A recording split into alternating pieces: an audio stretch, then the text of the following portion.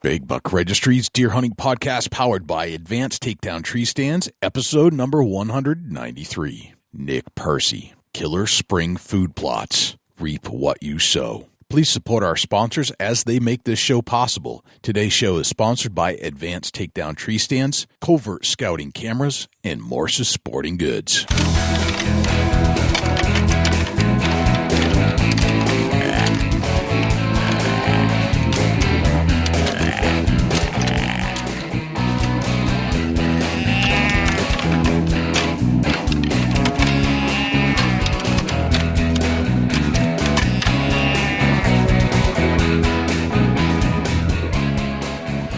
Big Buck Registry is a virtual museum of hunting stories. We preserve a piece of Americana by interviewing and recording hunters about their hunts and experiences from across the country. And who knows, maybe we'll learn a thing or two along the way that'll help us take our hunt to the next level. Hi, this is Dan Infold from HuntingBeast.com. You're about to listen to one of my favorite podcasts, Big Buck Registry's Deer Hunting Podcast. Hey, this is Liz Mitchell, a deer hunter from Paris, Kentucky. You're listening to my favorite podcast, Big Buck Registry's Deer Hunting Podcast. This is Matt Light, former New England Patriot, and you're listening to my favorite podcast, the Big Buck Registry's Deer Hunting Podcast. Hey, what's up, everybody? This is Jay, your host of the Big Buck Registry Deer Hunting Podcast. And I'm sitting here with my good friend and co-host, Dusty Phillips, right here in Big Buck Studios. What's going on, my friend? Just sitting in the studio, hanging out, and man, another great podcast coming your way. Round two of Nick PERCY. And Nick was on a while back, and he talked about food plots. He's kind of knows what he's talking about. Got the business called Killer Food Plots. Last time we talked to Nick, I think it was back in June of 2016. We were just about to go into the fall season and prepare for the August planting, all that fall planting that goes into food plots in the fall. Well, fast forward to March, April now. We want to know what types of things we should be doing in the springtime to get our food plots up and ready. And I learned some things talking to Nick during this interview that I didn't know. I didn't know that you could plant on frost. Did not know that. I don't know if you knew that, Dusty, but I did not know that. Yeah, for sure. Okay, so it goes to show you how much I know about planting stuff. But really, really helpful. Did not know we could get going on some of these early spring food plots, even when there's some snow on the ground. So if you're like me, this is going to be very helpful for you going into the spring, into the summer. And then you can always listen to our back catalog of Nick going in from the summer into the fall for those that second round of food plots that we talk about. Yeah, it's that time of year, Jay. It really is. It's that time of year. And, there's still snow on the ground in New England, but dang it, I can smell spring right around the corner. It's really frustrating, but every time it melts down, here comes another 18 inches, and I think is kind of what's happening at the moment. But anyway, we're going to talk to Nick. We are still looking for harnesses for our harness program, so shoot me an email, jay@bigbuckregistry.com, if you have any harnesses to donate to the program. As always, subscribe and review the show if you could. Give us some feedback and let us know what you think about paying for content that has no ads in it. We're going to be experimenting with that pretty soon, so I need some feedback on that. But before we get there, let's go to Jim Keller with the Deer News. The Deer News this week is sponsored by the Euro Hanger. You don't have to spend big bucks to hang your big buck. Get yourself a Euro Hanger. Facebook.com/Eurohanger, EUROHANGER. For the Big Buck Registry, this is Jim Keller with the Deer News. Our first story this week, Michigan DNR awards $100,000 in UP deer habitat improvement grants. This story was originally featured on the TV6 Fox UP website. The Michigan Department of Natural Resources has awarded a total of $100,000 improvement in deer habitat grants in the Upper Peninsula. The funds will be allocated to 11 grant award recipients. The Deer Habitat Improvement Partnership Initiative is a competitive grant program designed to enhance deer habitat on non-state managed lands in the UP. Projects have been approved for partnering organizations in Iron, Gogebic, Dickinson, Schoolcraft, Menominee, Iron, Ontonagon, Chippewa, Luce, Mackinac, Baraga, Marquette, and Delta counties. This season's grant projects involve enhancing spring breakout wildlife openings with nutritious forage, planting large oak saplings in areas impacted by beech bark disease, planting soft mass trees for high-calorie fall foods, conifer plantings in deer wintering complexes, creating hunter walking trails, and scarifying land within deer wintering complexes to promote the regeneration of long-lived conifers and other trees that need bare mineral soils exposed to grow in. Now in its 9th year, the initiative is supported by the state's Deer Range Improvement Program, which is funded by a portion of deer hunting license revenue. To date, a total of $450,000 has been spent on 60 grant projects. Grant-funded projects have been completed in every UP county involving hundreds of individual private landowners and thousands of acres of deer habitat. For more information, visit the DNR website at www.michigan.gov/DNR-grants. Florida has won the battle against screwworms.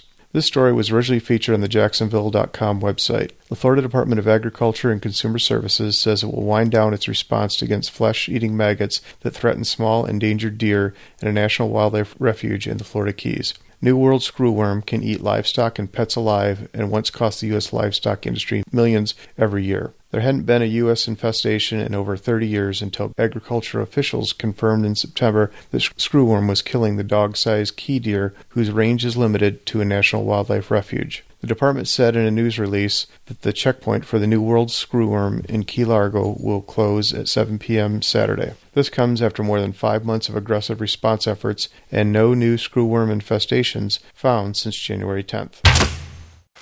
City spent $2,778 per deer vasectomy on Staten Island so far. This story was originally featured on the SLive.com website and reported by Anna Sanders. The city spent $2,778 for every deer vasectomy performed during the first year of the management program, according to the Parks Department numbers. Agency contractor White Buffalo Incorporated was paid $2 million this fiscal year to carry out the city's plan to cut down Staten Island's white-tailed deer herd. 78 male fawns and 642 adult bucks were given vasectomies through Monday, the last day of the effort this fiscal year, according to the Parks Department. At 720 deer for $2 million, each surgery costs $2,777.78, almost 2 to 3 times what a human vasectomy costs. White Buffalo will continue performing vasectomies in August, 2 months into the city's next fiscal year. The city's contract with White Buffalo is for up to $3.3 million over a 3-year research study. Anthony DiNicola and his team at the wildlife conservation nonprofit are also tracking deer with ear tags, radio collars, and trail cameras. 40 bucks and 45 doe had radio collars as of Wednesday. Only 527 deer were found on Staten Island during the city's latest aerial survey of the herd, 236 less than a count 3 years ago and well below what the city expected. They are likely well over 1,800 deer living in the borough now, more than 3 times the city's last count, and a 7,400% increase since 2008. Wildlife biologists believe bucks make up 40% of suburban deer herds that aren't hunted. Based on the number of vasectomies performed, the herd likely has a minimum of 1,800 deer. The total size is probably larger than that, as fawns haven't been the city's focus for the vasectomy effort this season. The 3-year vasectomy effort is expected to eventually reduce the herd 10 to 30%. Still, some wildlife experts thought the plan won't work because the city is ignoring basic deer biology and conventional herd management practices. The Parks Department believes the herd is now growing mostly through reproduction, not migration, and sterilizing males instead of females is meant to be faster, cheaper, and more humane. 5 deer were euthanized by the city as of Monday after getting injured during the capture attempts. This is required under the city's state permit for the vasectomy program. That concludes this week's edition of the Big Buck Registry's Deer News. For links to the stories featured this week, please check our show notes at www.bigbuckregistry.com. If you have any ideas for future topics or have questions about any of these topics, please email me at jim@bigbuckregistry.com. For the Big Buck Registry, this is Jim Keller with the Deer News. Thanks to Jim Keller for the Deer News. Without further ado, here's Nick PERCY. Nick PERCY, welcome back to the Big Buck Registry's Deer Hunting Podcast. How are you, my friend? I'm doing great. Thank you for having me. Just like to have you back on the show, man. It's been a little while, and it's that time of year where things are thawing out, and we're thinking about greenery growing around our yards and our food plots, and we thought there was really no better time to have you back on and tell us what we need to be thinking about this time of year. And I don't know if that's what's happening in your neck of the woods, but I mean, I still got snow on the ground. But Yeah, but spring is on my mind. absolutely. So what's going on in your world, Well- Nick, right now? Well, we, here in Michigan, we do have some areas in northern Michigan that still have some little pockets of snow here and there, but for the most part, the snow is gone, and the frost is, in some areas, slowly coming out of the ground, but down here, mid-Michigan and south, I think the frost has pretty much exhausted itself back into the atmosphere, so, a lot of people are out working their ground and pulling soil tests, getting soil correction into the ground so that come warm weather time here in another month or so, they're able to get their plots in the ground. Very nice. Very nice. All right. Some things that we got to cover with you right now, Nick, and I got to talk about the zone stuff. On your website you have zones, and I usually when you're stuck in your zone, all you think about is your zone. But the show is a national show, so I think we got to kind of dig deep here, no pun intended, and get into some of the zones that are covering the United States. And let's first talk about the zones and why they're important. I know you have on your website. Well, why separate the United States into 4 different zones, for example? Well, the zone chart dictates, obviously, in the north, we have just discussed, we're talking about the frost, and the frost is driven quite deep into the ground through our hard winter, and which we didn't really have a hard winter, but normally speaking, we would have, we could have a couple feet of frost down into the ground, literally, in some of the far north reaching states. Okay. They get significant winter. Whereas, in zone 2, you get considerably milder winter conditions. You still may have some frost and some snow in the upper part of zone 2, but as you get to the lower part of zone 2, you get less and less frost. Zone 3, that's not necessarily very cold, not driving frost in the ground, although you have, surface frost or, a few inches deep. And then, of course, you have your southern zone, zone 4, where that being on the ocean, you don't have anywhere near the frost concentration. It stays warmer. Obviously, we all go to the south for the winter to get away from the snow. At least we hope to vacation there. And so the importance of that zone map is as the atmospheric changes happen and the temperatures start to rise, people think about air temperature being warm or cold, but what they don't think about is the importance of soil temperature to planting seeds and being successful with their food plot. So if they rush that and get it into the ground, certain species of seeds can have catastrophic consequences for planting them too early. Okay. Legumes are a perfect example. So if you plant peas and beans and legumes too early, where the ground temperature doesn't stay above 60 degrees at night, they will germinate quickly, and as they start to open, they germinate.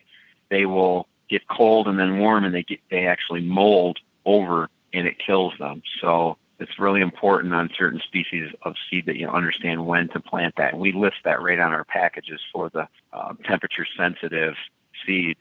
Okay. They actually call that 60-degree ground temperature out. So. Gotcha. All right, let's talk about the zones. I'm going to try to, and if you could jump on your zone map, and I'm going to cover zone 1. Yep. You can cover zone 2, and I'll cover zone 3. So zone 1 encompasses the northern part of the United States. We're talking about Maine, New Hampshire, Massachusetts, Vermont, most of New York, the northern part of New York. Talking about like a corner of Pennsylvania, a little bit of the northern part of Ohio, Michigan, Wisconsin, a little bit of Illinois, northern part of Iowa, all of Minnesota, North Dakota, South Dakota, and we're talking about Montana, Idaho, Washington State, like half of Washington State, a little corner of Oregon, most of Wyoming, and it kind of dips down into that Colorado, Utah area too, by the looks of it, but just a little bit.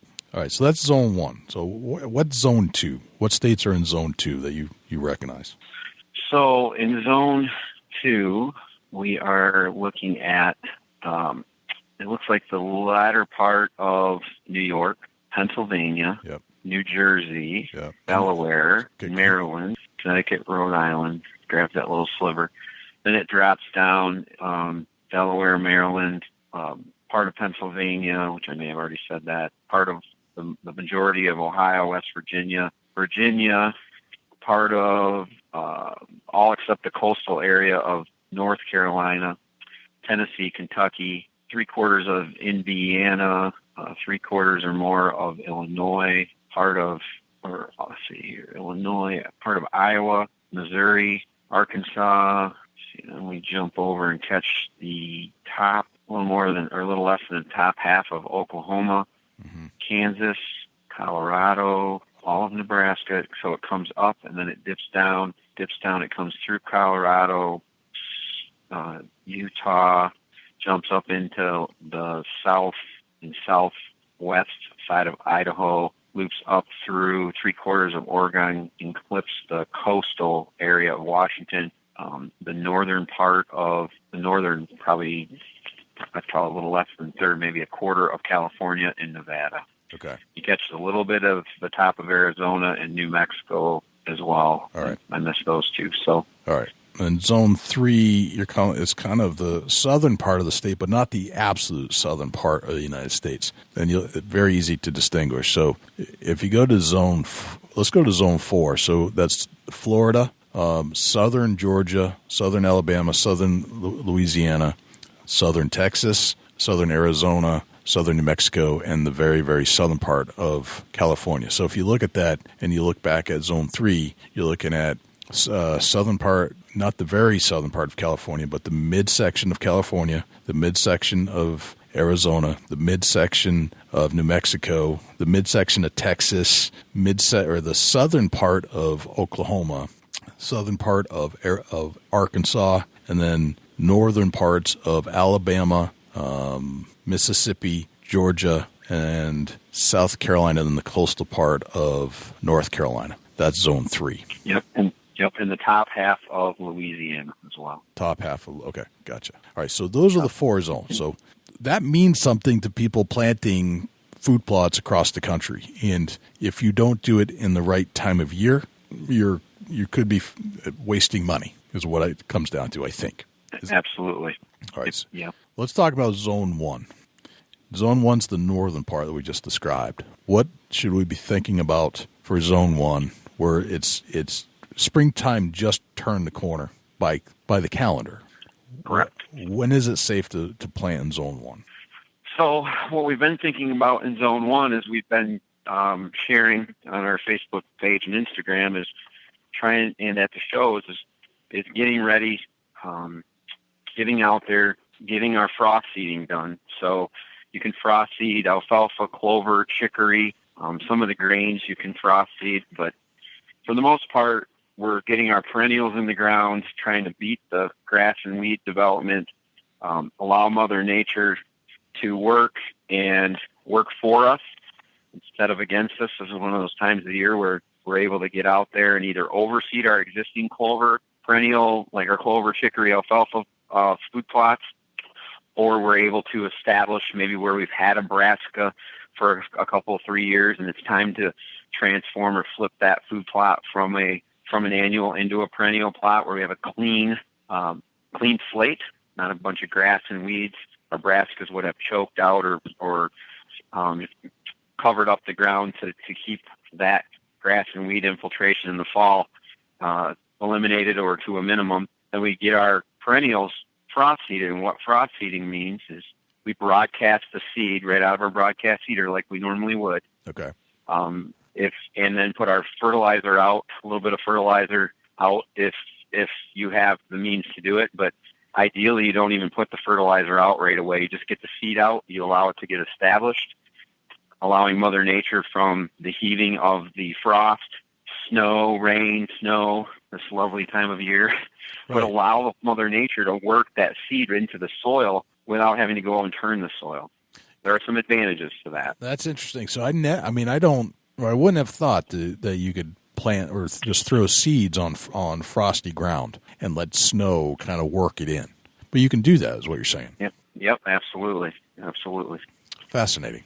All right, so that's zone 1. Anything else about zone 1 at this time of year? And you, on your website, you talk about April 15th as kind of when you should start planting, but you're saying from this time frame, end of March, you can start frost seeding now. Is that correct? Yeah, that is correct. Yes. So that planting guide, that's a guide, a guideline to use depending on obviously what the weather is doing, and then of course reading the packaging directions on our killer food plot seed blends. It will tell you if you have to wait a little bit longer than an April 15th planting, or if you're good to go with that planting based on that zone.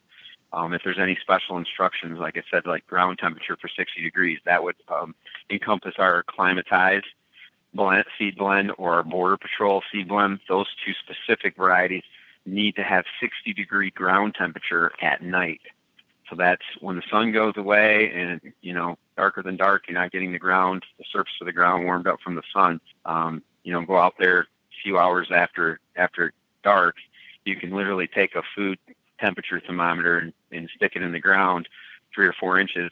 You want to test that surface, the top 3 or 4 inches of the surface of that soil, and make sure that you're achieving and maintaining 60 degrees. If you're not able to do that, or you're like, yeah, I don't think I'll be doing that, Nick, you Right. can follow your local agricultural pattern. And when farmers start to put in soybeans, I always suggest people wait another week or so after that, just to make sure there's not a zap, because those are often drilled. Farmers are drilling those seeds in, so they're staying below the surface a little bit.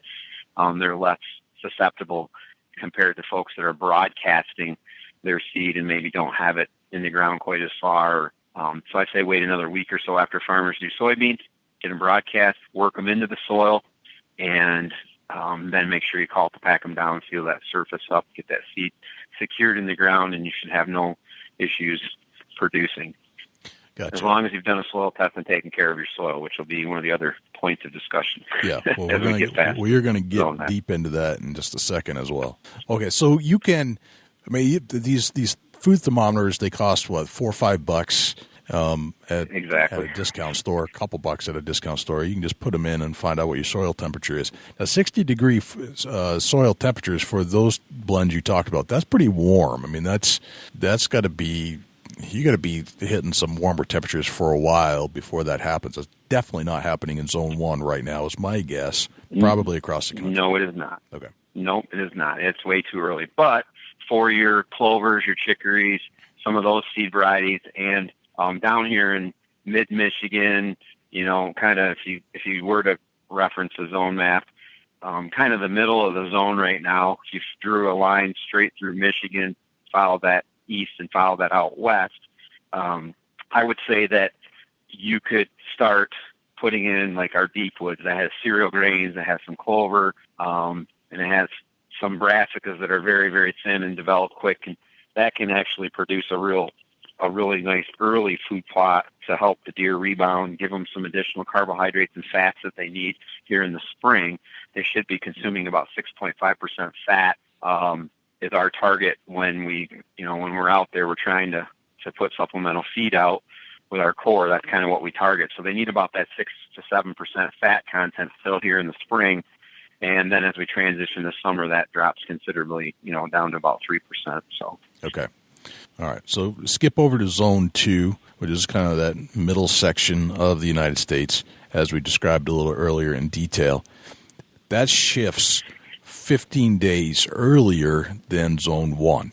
So April 1st, which is today, that's when zone 2 you recommend that you can start planting. And it sounds like what kind of steps am I going through? Am I still testing the soil temperatures? Am I safe, or these are just guides? They're just guides. They're general. So Mother Nature, she deals us a different hand every year. So you really your seed and your fertilizer and all your time is got great value. So it's very very necessary to check your soil temps, again, depending on what you want to plant. It's in zone 2 right now. We have a lot of people planting, getting a lot of calls, a lot of emails, a lot of questions, a lot of sales going on in zone 2 into the south this time of the year. People are getting their perennials in. They're calling and asking about, soil tests and, picking up their soil tests, getting those into our lab. They're calling to get interpretation of their soil test results so they know exactly what they need to correct their soil, being proactive. Honestly, in zone 1, right now is a perfect time to start pulling those soil samples in zone 1 and getting those in the lab so you can start being proactive. Zone 2, then, with their activities, depending on how much correction they're doing in the soil, they are planting their perennials, they're planting their spring plots. Further in the south part of zone 2, they are achieving that 60-degree ground temperature at night. So they're already planting their border patrol, they're already getting their climatized in the ground and they're getting their peas, beans, buckwheat, and getting, a kickstart on that, or jump start, I should say, on those particular plots, getting their border patrol screening in, which also has peas and beans, which limits it to that 60-degree ground temperature in the evening. Okay. Get into the deeper south, not the coastal south, but the deep south, zone 3. Okay. Zone 3, if you want to make a note, zone 3, the south, zone 3 is spring. It's February 15th through April 1st. Okay. All right, so that backs it way up even 15th. So you moved it 15 days earlier into February 15th. Got it. And then zone 4 can be January 15th through March 15th. Gotcha. All right, so you backed it up even further than that. Okay, so for zone 4, the far coastal south. So as you might imagine, zone 1 is your later start. Zone 2, little earlier start than zone 1. Zone 3, earlier than zone 2. Zone 4, you're basically, as soon as the year turns, you're getting into some planting. But that's the deep coastal south. Correct. Okay. All right, that makes sense. So, and in these zones, just recap for me what we can plant in each zone, starting in the earliest time frames. Okay. So in zone 4, which is our coastal south, in the spring, we are targeting, again, early spring because they still get frost in Florida and Texas and things like that. So you have to be conscientious in the beginning. January, they do have some cold times. And so, you need to watch your long-term weather. You can go ahead and do your soil testing, prep, get your soil correction in. And there's a lot of sand down there. So, trying to get that soil built up and start organics fusion, get that worked into the soil, get your lime and any other soil correction that you need to do after you're receiving your soil test results. You can give us a call. We'll help you with that. Then you apply that to the soil. You start with those early perennials or a deep woods or lethal winter oats are really good carbohydrates to help those deer rebound from the winter, give them that food. In the south, there are, some additional food sources available. If your perennials that you previously planted, the deer will have those eaten right down to a nice Astro-turf, I'm sure. Right. From munching on them all winter because they just don't get the snow and the harsh weather down there. They get cold. Could you give me an example of a perennial? Yeah, so a perennial would be like our resurrection clover. So that's we have 6 different varieties of clover in our res clover. Another perennial is chicory, our KFP chicory. Alfalfa is another perennial. Okay. So those are 3 particular perennials and standard staples in any one of our management plans or the whitetail needs. So protein. That's our green protein source that's critical for the health of the whitetail. Green protein source. Okay. Gotcha. So does that carry over the exact thing that you just described for zone 4, which is the earliest planting zone that you have? Does that then carry Correct. over into the other zones as you move further north as we get deeper into the year? Yes, it does. Okay. It absolutely does. So, and we carry that right up to the point of actually doing frost seeding as we get into the northern zones. Gotcha. So we get into the top part of, even maybe in some cases zone 3, we get into that because, let's face it, Georgia and some of the southern states get really cold and do have some frost issues in the far north reaching edges of those states. But generally speaking, you're above that. You're well into zone 2 and zone 1, where you develop any kind of significant frost in the ground, and that's where you've got to be careful how soon you put the seed down for frost seeding, or I should say how late you put the seed down for frost seeding, because if you put it in a little too late, what happens is it'll be warm, right? We have these warm spells. We're in the 50s, 60s. Right, That's right. enough to germinate. That's enough to germinate the clovers, the chicories, alfalfas. And if they come up and they're young and tender, brand new sprouts, and all of a sudden we get a hard frost sets in again, that can also kill that Right. seed. So it's important that if you do get the seed out, you get it worked down into the soil by Mother Nature. You want to do that when there's truly frost in the ground yet, and the snow, the rain, like I mentioned earlier, allows Mother Nature to work that down into the soil, and then the soil protects that seed or holds that seed in the top, less than, the top quarter inch or eighth of an inch, until which time the ground warms up enough to germinate that seed and then support root development, and it allows for the success of those individual seeds. Okay. And give me one more time what the plants that we should frost seed now. So frost seeding is our resurrection clover, our KSP chicory, our deep woods could go in right now, KSP deep woods, those, and or our lethal winter oats. Those could go into the ground right now with success without worrying about the back and forth weather in our zones. Now, you guys are telling me you still have significant snow on the ground, Yes. or have some snow on the ground. Yep. Today was the first day, or I should say, as we speak, we're getting snow, but we've had a significant amount of snow up until just this past week, until Wednesday. So Wednesday was really the first day where it probably melted down to about an inch, and you could see some of the grasses starting to pop through. But this is the second time this has happened this winter. So, I mean, we had bare ground for quite a while, got a major snowstorm, over a foot of snow, like 18 inches, and then it's slowly gone away until just this past week. Now we're getting snow again, but that's going to go away very rapidly. Okay. Well, this is the time for you guys up in New Hampshire. This is the time in the northern states to go ahead and get your seed ordered, get it frost seeded, get it in the ground. If you haven't done a soil test and you're able to extract, some soil to get the amount we need, without breaking your shovel or breaking your shin trying to get the soil sample, you should try to pull that soil sample, get that in the lab now, and then we can turn those soil samples around literally within a week, get your results still within time to frost seed, to make sure that you're not forcing a perennial into a piece of ground that isn't corrected well enough to have success and maintain the life of that seed, again, because we don't want you to waste your time and money putting a product in. We want to make sure you're successful right away. So, all right. Now, if we're planning now, what's the ultimate goal? Why do we want to plant now? So this is kind of a global view. Why do we want to even get stuff in the ground now? Why are we getting a jump start?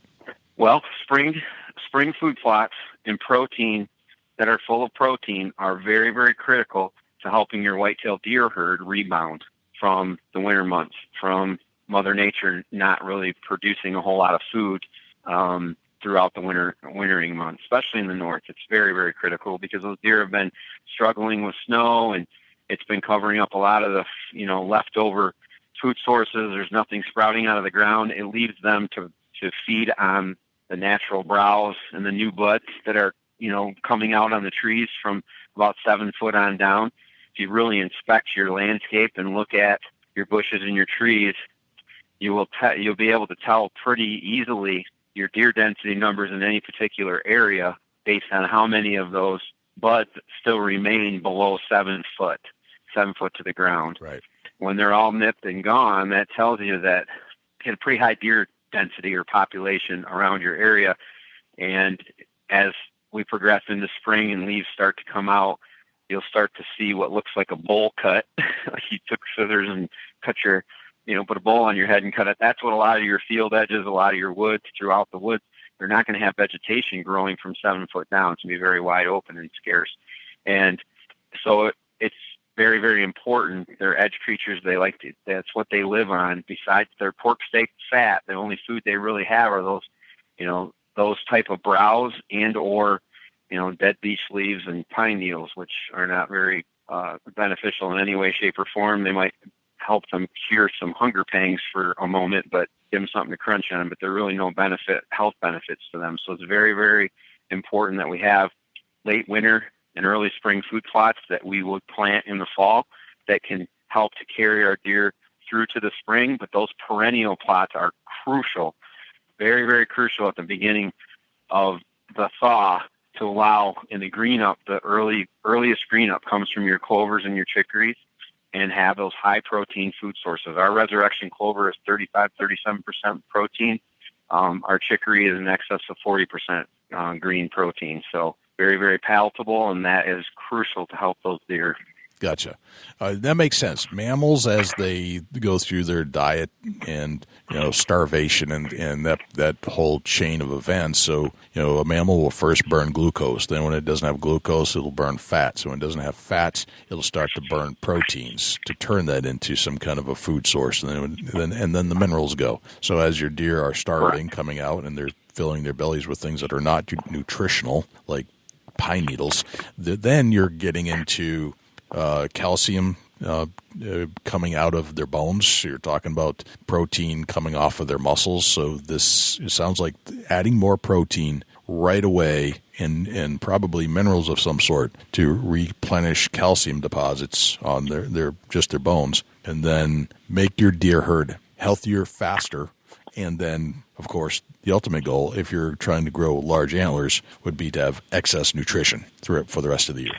Yeah, absolutely. Yep. Food is king in the whitetail world, and the right food at the right time, especially in those critical times of the year, will set the tone for not only the deer herd you have, but it'll really set the tone for those fawns that are still developing, especially we talked about it before, the last 30 to 45 days are so critical in the growth cycle of those fawns prior to birth. And then obviously mom, that doe needs to be able to carry out that full 2-month lactation cycle. And up in the upper north country, top of zone 2, majority of zone 1 on north, it's very, very harsh conditions. Hard rut usually occurs, followed by the extreme winter conditions are very make a large impact on those whitetail does and can cause a lot of negative effects in the number of early abortion that happens of those aborting of those fawns, because the does, just their health depletes to a point where they cannot maintain that new life. And if it comes down to that or theirs, it just naturally occurs. So they can go from maybe carrying 2 or 3 fawns down to 1 or maybe none. And so it's very, very critical that we keep a balance in our food. And we're thinking 365 days a year, how am I supporting my deer herd? So that the thing I love to do and the time I love to spend in the woods can be maximized and the deer herd can be at its peak condition. Gotcha. So looking at your planning guide, and I can't help but ask this question because it's what we're looking at in these zones of the United States. Is there a zone 0 that goes north of the border? When you get into Canada, I mean, is that a whole other ballgame up there? Oh yeah, their growing season is so short. It's very, very short, but we've been growing in Canada for a long time. The majority of our products will grow and develop. Some better in the southern part versus the far north area of Canada.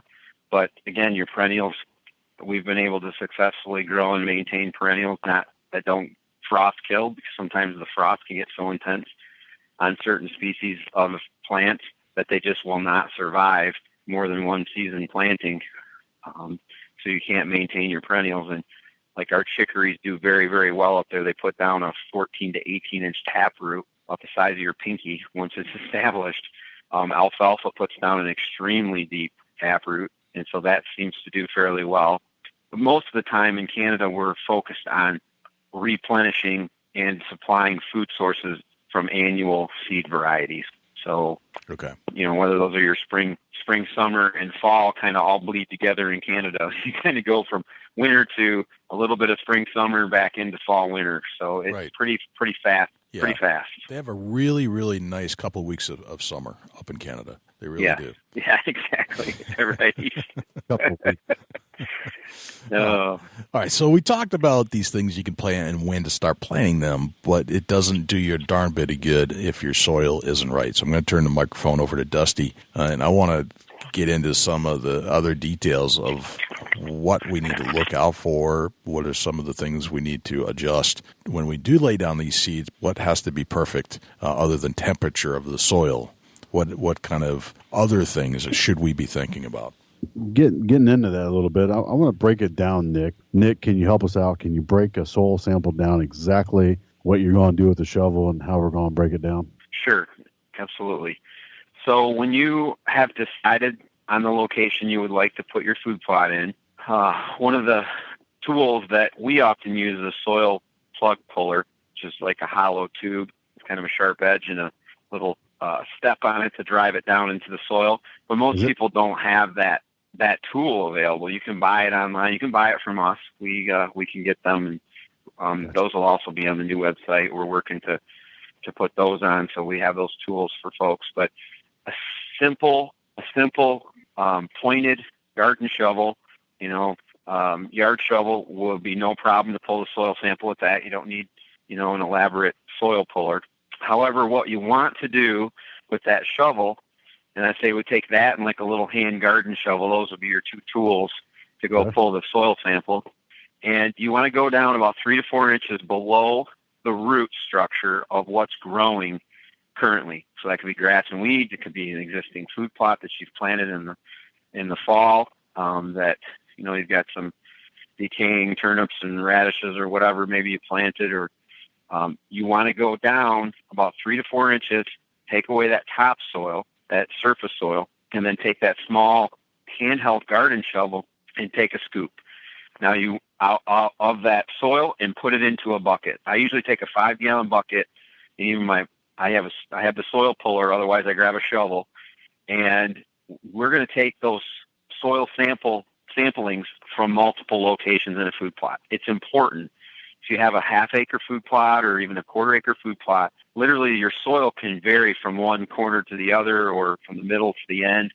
So it's really important you take 4, 5, 6 samplings depending on the size of your food plot. The larger your food plot, the more samplings you're going to get. I usually would say at a minimum on a quarter-acre food plot, you want to pull about 4 to 5 different locations. Try to pull it just inside off the corners and 1 or 2 spots in the middle. Take that little garden shovel worth of soil, put it in the 5-gallon bucket from each of those locations, mix it up really good, blend it up, and then you need to have at least 2 cups netting, about 2 cups of that soil that's blended together. You would put that into the collection packet that's part of our soil test kit that we offer to our customers. You're saying that we can take a garden shovel, go out in our predetermined food plot, pull 4 or 5 samples, and what you're saying on a sample, what you're calling a sample, is any soil 3 or 4 inches below the root base. So what I say 3 to 4 inches from the surface of the soil, which would get you just to about the bottom of the roots of any grass, weeds type of thing. You're just trying to get away from that organic matter. Try not to put rocks and other debris in the soil that you're sending into the lab. Try to get it as clean as you can. So that's where we say we sample down about 3 to 4 inches, get below that vegetation level. Makes sense. Okay, so we got our shovels, we got our bucket, we got our soil samples. What do we do next? So after you mix that soil up, and we sell soil test kits here at KFP. They're $20. That covers each soil test area. If you have multiple food plots, it's usually best to do individual soil tests because your soil in one area may need to be corrected differently than another area. If you feel like, hey, my soil is all pretty much the same and I don't really want to spend $20 on 5 different food plots, then you can mix them all together in one bucket. However, you're going to be treating them as though they all need exactly the same thing. So that could differentiate, how much money and time and effort you're putting into each plot. There may be some plots that are perfect and others that aren't. And so we say the $20 you spend on your soil test is the smartest, best money you could possibly spend, because it establishes the blueprint of what's going on in your soil on that particular location. So once you sample the soil, you mix it up, you put it in the collection packet. We always suggest that you fill out the little pouch with the relevant field number, your name. When we send them, we'll usually put our account number right on there, so they're always identified. Then there's also a collection sheet. You're going to fill out your name, your address. It's really important to put your email, because if you put your email, you're going to get your results within 3 to 5 days, usually, of the time that you drop them with USPS or however you're mailing them in. That's what we usually do, priority mail them in. And you'll get the results literally within a week to 10 days maximum during peak time. And then that form and that packet go in the box together for each one. You want to make sure that you put a field name or number. You can number it 1, 2, 3, 4. You can call it, Pappy Shack, or whatever name you have for that particular stand or food plot location. You want to make sure that it's on the pouch and on the paper, because our lab technicians are going to keep those two things together. And we want to make sure that if they get separated, they can always be brought back together to get you your result in a timely manner. Okay, so we pulled our sample. We've shipped our sample to you. What happens once we get the results back? So once you get the results back, people are often intimidated by a soil test results. Ours are very, very simple. Once we point it out and on the initial phone call, the customer can pick up the phone. They can give me a call, say, "Hey, Nick, I got my test results.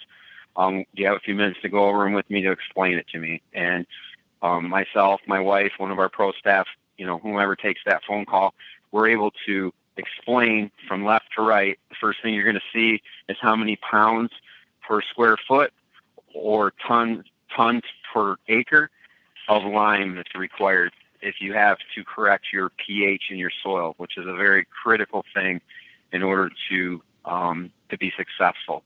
But we're going to check multiple things within that soil that are critical to plant growth and plant development. And then we're going to make a recommendation of how much needs to be supplemented in the soil of those particular nitrogen, phosphorus, potash, magnesium.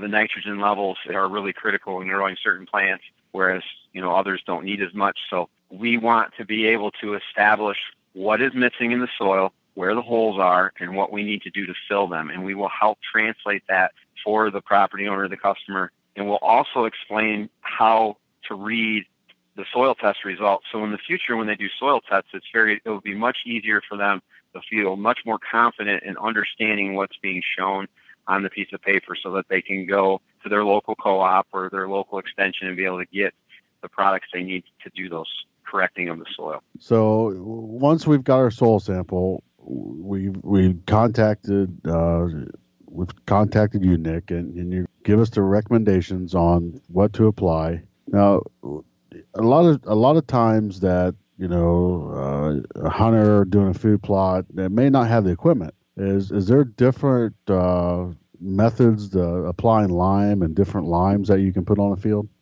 Are there different methods to be able to put down lime? Yes, there are different pieces of equipment, different ways to do it. There's also different types of lime. So pellet lime is small, round BBs, pretty symmetrical BBs. That pellet lime is made to correct the soil very quickly. It will start to effectively improve or increase the pH number, because low pH is bad. You're targeting 7.0 is perfect pH. You're targeting somewhere between 6.5 and 7.5 to effectively grow or maximize the growth in your food plot. That doesn't mean that you have to be perfect in order to grow a food plot. We have plenty of seed varieties that will start to grow and produce significant vegetation that's very desirable to your whitetails, much lower than that. So don't give up hope yet if your pH isn't perfect. But there are particular seed varieties that you need to have better pH or better soil conditions to be successful with. Alfalfa is a perfect example. It's very, very particular.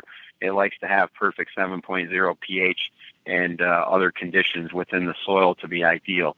Our clovers are more tolerant. Our chicory is a little more tolerant, so it doesn't need perfect conditions from that perspective. Whereas other annual varieties, again, they're not they don't need a perfect condition going on in the soil. So to answer your question on the pellet lime or on lime, there's pellet lime, fast acting, starts working in 2.5 weeks to sweeten that ground. It needs moisture to start breaking it down.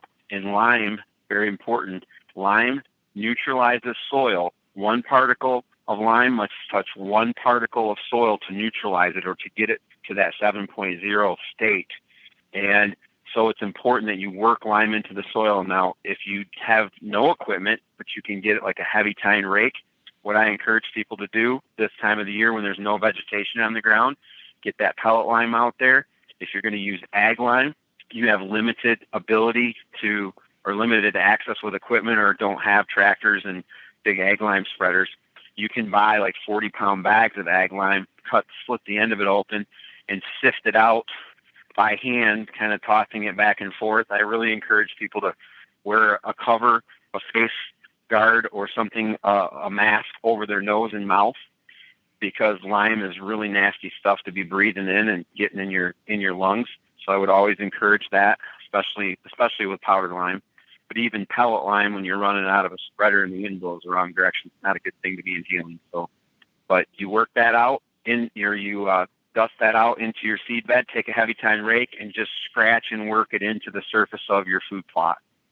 And then allow Mother Nature, through the rains and the different things going on this time of the year, to kind of work that down into the soil. Pellet lime starts working at 2.5 weeks, and it'll be there for 2.5 to 3 months of sweetening, where ag lime doesn't really start taking effect or sweetening the ground for about 2 to 2.5 months, but it'll last you 2+ years of, as you work it around and continue to manipulate in the soil, it will neutralize your soil for longer periods of time. Gotcha. That was a really long explanation. No, that's perfect. Now, applying lime, should I burn down the existing weeds that are present at the time that I apply the lime, or is it okay to go ahead and apply lime with weeds visual? So, as you're preparing or getting ready to prepare a food plot, the one thing you want to avoid is you don't want to give the grass and weeds any kind of advantage over your newly seeded food plot. So it's very important that you spray to kill off the grass and weeds that are currently there alive and kicking, so to say. You want to kill them to the root. You want to eliminate the competition that is going to be competing for nutrients, moisture, and sunlight within your food plot in order to have the greatest success. Well, is there any recommendation you can make to burn down the existing weed? What do you suggest we do to get rid of the weeds? Well, if you usually we're using a Roundup type product, whether that's a true Roundup brand or some generic. The glufosinate is the most important ingredient. That's what you're paying for to be able to kill that off. The difference between the different brands or varieties, whether you're going to a TSC or Family Farm and Home, Big R, whatever, Rural King, wherever it is that you're going to buy it, you want to make sure, and we recommend you're going to some at least farm store or some type of a chemical farmer chemical depot in your immediate area. Go there and buy Promax Roundup, a higher quality bulk than just your farm and garden at like the home store in your area. That's not as necessarily as concentrated. So then you want to mix that glufosinate at a ratio of 3 ounces. I'll say 3 ounces of Roundup per gallon of water is your application on your food plot. And I would say a minimum of 25 gallons of water with 75 ounces of Roundup per acre to effectively kill that in somewhere around 10 to 14 days. It should be dead and ready to begin the planting process. Right. And in most cases, a lot of times, just for speaking from experience myself, is I use what's called a Buccaneer, and it's just a generic Roundup. It's full concentrate. And, if you're intimidated by purchasing a 2.5 gallon jug of Roundup, all the mixing recommendations are listed right on the label of the container that the herbicide comes in. Yes, they are. Yep. And at any time, anybody can email me or Facebook message us or text us as well. Give us a call. We'll be more than willing to help them figure that out and give them the same information so that they need. Very good. Wow, we've covered a lot of things there, Nick. And as far as soil sample and preparation to get ready to put the crop out, you're spot on for breaking everything down to what we need to do. Well, hopefully I can help some people have some greater success from the sharing of the knowledge, and hopefully the long lessons learned that I had over the years of doing this. Nick, on the last show, we asked you to tell a good deer story, and the last time it was before the fall, so I want to see if you had any new deer stories you'd like to tell. If not, then I'm going to jump over to the 10 rapid-fire questions, if that's all right. Okay. Honestly, I don't have a great deer story because I was so committed to my customers last year that I had several calls during deer season with frustrated. These were new customers that were calling and saying, I'm so frustrated. I'm not seeing the deer numbers. I'm not seeing what I would hope. Will you please come help me in the middle of deer season so I can hopefully have some success before it's over? And, you guys know me well. I can never turn down a customer. Right. I could never do it. And I said, well, I'm going to finish up what I'm doing here, and I'll be on my way. I mean, that's just, Gotcha. we try to be there. So I hunted 2 days. Okay. I'm in the hunting industry. I love it. I'm so passionate about it. And I'm so committed that I only hunted 2 days. Thanks to my good friends at Wildside Outdoor Adventures in Indiana, really good buddies of mine. They run a little outfitting business. They had invited me, and I had committed, and I was not going to move that off the calendar. So I did get 2 days of awesome hunting, saw a couple mid to upper 130s bucks, management, well-managed piece of ground for, well over 100 years that has been in this family and that they've owned this property. So great to see them up close, bow hunting, type distance, but we happened to be gun hunting for those 2 days. So, but Gotcha. I didn't harvest a deer, had a great time with friends, and that's my deer story for the year. All right. That works. Short and sweet. I was going to say, if I know you the way I think I know you, that means you sacrificed your own deer season to go help somebody else with theirs. Absolutely. That's what happened. That's where my passion is. So right. That's my passion. That's all right. Let me get into the 10 rapid fire questions here, Nick, and then we'll Certainly. get a little information on where to find you. All right. What's your number one deer hunting tip of all time? Entry-exit strategy is the most important to being successful. Okay. We all have these things that we can't hunt without. They're kind of like good luck charms, or just maybe they're really a device that we need to hunt. Other than your weapon, what's that one thing for you that you have to have with you, and if you leave it in the truck, it drives you nuts all day? I don't have one. Okay. I don't have one. Let me think. You Some- can ask me the question again. I don't know. Some people don't have them. It's on occasion we get those answers. I don't have them. I just don't have them. And that's totally cool. Totally cool with us. All right. What's your biggest pet peeve in life? My biggest pet peeve in life, people who complain about things but don't have any solutions to offer. That's a good one. That is a good one.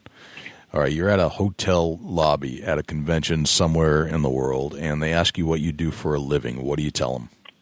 I tell them that I do wildlife restoration. Oh, that's a good one. That's a good way to put that.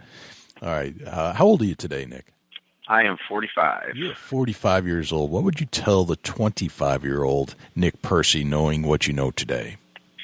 Shut up, listen, and do not use your hands for hammers, and do not jump off of high places. Do not beat your body up, because you're going to feel a whole lot older than 45 by the time you're 45. And I some days really do. So I did not listen to those wise men I worked with that said, go grab a hammer, go grab the right tool, don't use your hands, don't kick it, don't hang out on your knees. And I'm paying the price today for not listening, being stubborn. It is weird how your hand will not pound a nail, isn't it? It seems like it should, but it doesn't. It just won't do it. It's so funny. At 25, it's cool when you do it and your hand bleeds and you feel tough. When you're 45 and do that, you're like, okay, dummy, go get a hammer. Right. That was stupid. So exactly. Right. What did you have for breakfast this morning? The same thing I eat every single morning is a breakfast burrito from McDonald's, no sauce, a fruit parfait, and 2 large unsweetened iced teas with light ice. Those are Nick PERCY trademark breakfast right there. No kidding. All right. That's every morning. That's the answer we've been looking for on this show for a very, very long time. And boom, we get it from Nick PERCY. This is great. All right. Oh, shoot. All right. You can have your own billboard on the side of a highway anywhere in the country. It's a blank canvas. What would you put on it? What would I put on it? Honestly, probably one that, may not be always the most popular one, and it would be, do you have a relationship with Christ? Okay. Honestly, that's what I would put. Gotcha. All right. Do you know Christ? Yeah. And so there's a higher being, higher than killer food plots. So that's where you're going to go. Gotcha. Very Absolutely. Good. Driving my bus every day. Driving your bus. All right. Very nice. If I say the word successful to you, who's the first person that pops into your head and why?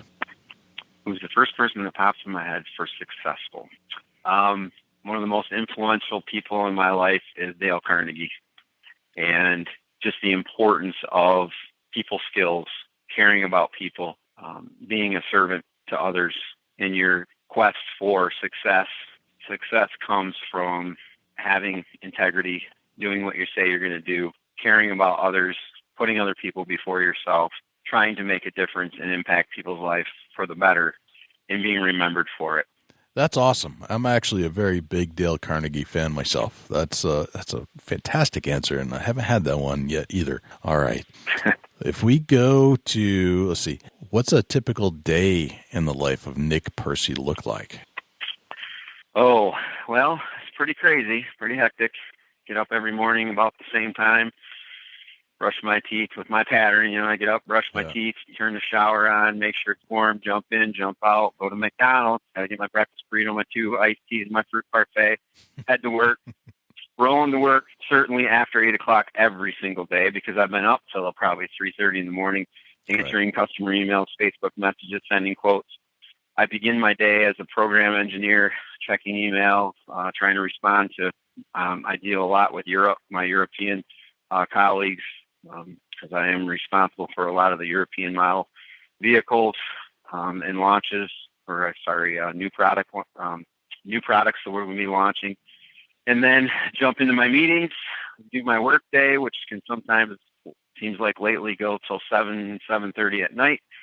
I race home, either to my condo to start working again, second job, make some dinner in the middle. My wife and I get busy working on some of those things, answering calls, returning the many phone calls we get throughout the day that I wasn't able to cover at breaks or lunch or whatever in between phone calls to my normal day job. And we usually burn the midnight oil till I fall asleep face down on my laptop. And that's the truth. It happens a lot. I wake up, I go to bed for an hour to 3 hours, get up, take a shower, and do it again. So wow. All right. Face down on the laptop every night. That's quite a visual. Quite a visual. All right. Finally, Nick, of the 2 days you could get to hunt per year, what's a typical deer hunting day in your life look like? Well, that would be up very early to the woods very early. I really enjoy that time in the dark, just listening and watching the sunrise and the woods come alive and just kind of taking it all in. Sit there all day. I do not usually, once I go to the woods, it's towards the end of October. On a typical year that I will start my hunting, and I may hunt opening day or two. If I've got a particular deer I'm targeting in or on a piece of property, and I'm trying to catch them in the feeding patterns. But honestly, I don't hunt too many more than 2 to 3 days, and then get out of that property. I don't want to overpressure or push those deer off the property. And it's a tough time to hunt in the early season with the heat and the swirling winds, and there's a lot of thermals. So right. I usually return to the woods towards the end of October, sometime past 20th, 22nd, somewhere in there. And then I hunt pretty consistently. I'm in the tree from before sunup to sundown. So I pack my snacks, I eat my McDonald's, stop at the rest stop, decent myself from that. Make sure I have plenty of iced tea with me in my backpack, and head to the woods. So, and I will literally sit there all day. I just love it.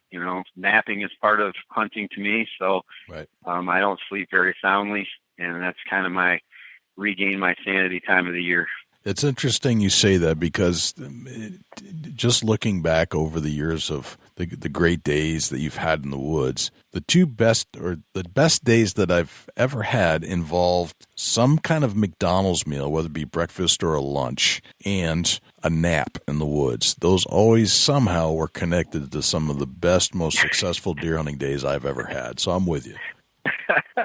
Yep, they definitely are. Oh, that's funny. That's true. Very true. Can't explain it, but it's true. All right.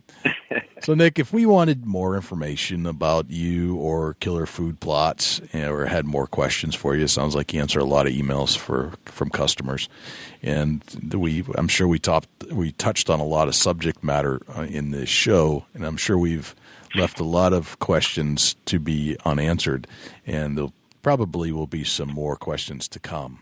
Where can we reach you after the show ends? You can reach out to me at killerfoodplots.com. We're on Facebook, Instagram, and I would say Facebook and killerfoodplots@yahoo.com is our email. There's also a contact us page on our killerfoodplots.com on our website. You can go to the contact us page, fill out your name, number, information. If there's a comment box, say, hey, I'd like to talk to you about, soil samples, or I heard about the soil testing thing and it's, seems complicated to me. Whatever it happens to be, shoot that off to us, and then we'll try to respond to you within the day or within at least a couple of days if we're at peak time. Gotcha. All right. Very cool, man. I appreciate it, Nick. It's been a pleasure, as always, talking to you and getting some laughs in and learning a lot from you. You're certainly a wealth of information that's about stuff and things that I don't think about every day, but you're the guy I turn to when I need that kind of information. Well, I appreciate it, guys. Thanks for having me on. And, I always like to share the things I've learned, in most cases the hard way, with bloody hands and jumping off high places and using my hands as hammers. So let's avoid that for other people. Hopefully they'll learn from my knucklehead way of learning things sometimes and have that success. So thanks again. I appreciate it. Oh, the guy's just a wealth of information. I learned a lot, once again, from Nick. So now we've got 2 in our catalog with Nick, and I think they're done exactly at the appropriate time of year. So you've got this one for the spring food plots, and you've got the other one that we did in June last year for your fall food plot. So I don't think you can go wrong. It's going to get you planting and growing great things for your deer herd and getting lots of protein and nutrition back into your deer herd when they need it most, and get them growing those big antlers in the fall when we want to see those big racks running around the woods. So just amazing the wealth of information that we got out of Nick, and broke down a few things that some may have questions on, Jay, and I think that we educated some future food plotters.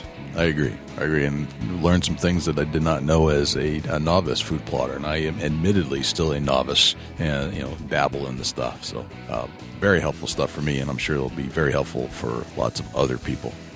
Dusty, do we have a Chubby Tines tip of the week this week? Yeah. The Chubby Tines tip of the week is sponsored by Morse's Sporting Goods. Firearms, used firearms, bows, used bows, located at 85 Kentucky Falls Road in Hillsborough, New Hampshire. Give Jim a call at 603-464-3444, morsessportinggoods.com. Your dollars go further in New Hampshire. There's no sales tax. Morse's Sporting Goods. Getting into Nick when food plots are just food for thought here, that your garden tiller can be a food plot piece of machinery. If you've got a way to haul it and you can get it in the woods, take your garden tiller out there, and if it's only a 6-foot wide strip and you can rip it 100 yards long up through the woods, that's better than no food plot at all. So don't overlook that gas-powered garden tiller. Get it in the woods. That's a great idea. I've got one of those little garden tillers I use for my little gardens around here. I think tears it up pretty good too. It's not one of those big ones, but it's very, very mobile. Yeah, you don't have to get very deep in the soil to get a seed to germinate. So just take advantage of what you got already and take it to the woods and use it, and try to be successful over a food plot in your woods. I think that's pretty good. This is the type of rototiller I can strap on the four-wheeler and get out of here and go find something a little deeper where nobody's looking. It's kind of neat. Yeah, it's pretty basic to get the soil turned over, but that garden tiller you got in the shed will do it. Perfect. Very, very good, man. Been a great show, and thank you for the Chubby Tines tip of the week. And we're going to come back next week and do it. Dusty, in the meantime, before we get back to the studios, where can we find you? Shoot me an email, dusty@bigbuckregistry.com. You can look me on Facebook, Chubby Tines Outdoors, @Chasing Antler on Instagram and Twitter. Jay, where can the people reach out to you when you're not on the mic? Give me a call at 724-613-2825. That's our dedicated hotline. Tell us a story. Tell us what you like or don't like about this show. You can always shoot me an email, jay@bigbuckregistry.com. We're on all social media platforms that are important, and that would be Facebook, Twitter, Instagram, and YouTube. On YouTube, you can listen to our entire show and a bunch of other videos that we've done over there. And that's bigbuckregistry.com/YouTube. If you'd like to submit a picture of your buck that you shot anytime in the last, doesn't matter, you can go to bigbuckregistry.com/mybuck, and all the instructions will be right there for you to follow, and it will be featured if it meets the criteria on our Facebook page. In the meantime, if you listen to the show, there are multiple ways to listen to it.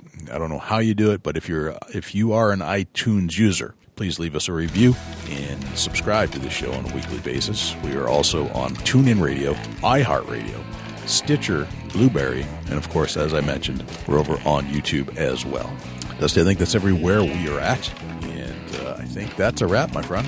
Awesome show, and get out there and enjoy the outdoors. I'm Dusty Phillips. And I'm Jay Scott. And this is the Big Buck Registry Deer Hunting Podcast. We'll see you next week. Can't wait.